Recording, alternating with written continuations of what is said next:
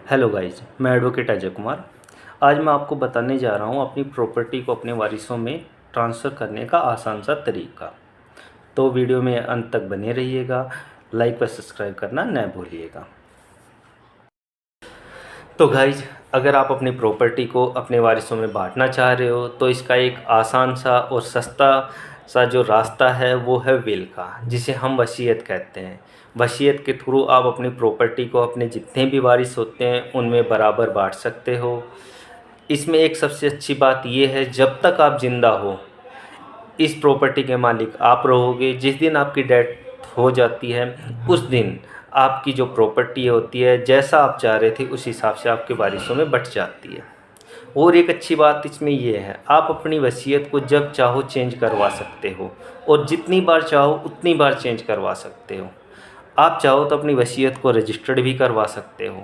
अगर आपको अपनी वसीयत रजिस्टर्ड करवानी है तो आपको रजिस्ट्रार के ऑफिस में जाना होता है।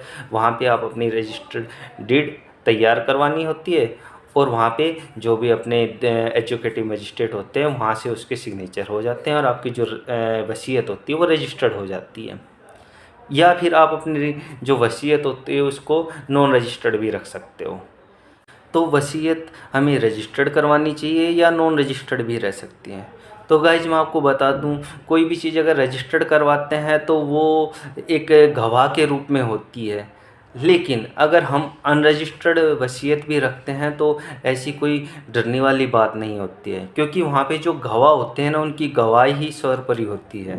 यानी कि इन फ्यूचर में अगर आपकी वसीयत के ऊपर कोई मुद्दा उठता है तो वहाँ पे जो गवाह होते हैं उनकी गवाही मेन हो जाती है। अगर वो उस वसीयत को सही बताएंगे तो वो मान्य होगी, अगर वो उसको झूठी बताते हैं तो वो आपकी रद्द मानी जाएगी। इसलिए अगर आप रजिस्टर्ड वसीयत करवाते हो तो वहाँ पे जो अपना एग्जीक्यूटिव मजिस्ट्रेट होता है वो उस पर सिग्नेचर करता है, यानी रजिस्ट्रार के सिग्नेचर होते हैं, तो उसका अमान्य होना मुश्किल हो जाता है। तो इसलिए जितना हो सके आप रजिस्टर्ड वसीयत करवानी चाहिए आपको। लेकिन गाइज, किसी कारणवश अगर आप अपनी वसीयत को रजिस्टर्ड कराने में असमर्थ हैं तो वहाँ पे आप एक सिंपल वसीयत भी लिख सकते हैं। बस आपको ध्यान ये रखना है, जब भी आप वसीयत लिखो उस टाइम पे 2 गवाहों का होना ज़रूरी है जो आपकी वसीयत के साक्षी बनेंगे। और एक ध्यान देने वाली बात ये भी है, आपको कभी भी अपनी वसीयत के ऊपर वसीयत ग्रहीता के साइन नहीं करवाने हैं। अक्सर मैंने देखा है, जब भी हम रजिस्टर्ड वसीयत करवाते हैं या कोई भी वसीयत लिखते हैं तो वहाँ पे वसीयत ग्रहीता के भी साइन करवा दिए जाते हैं।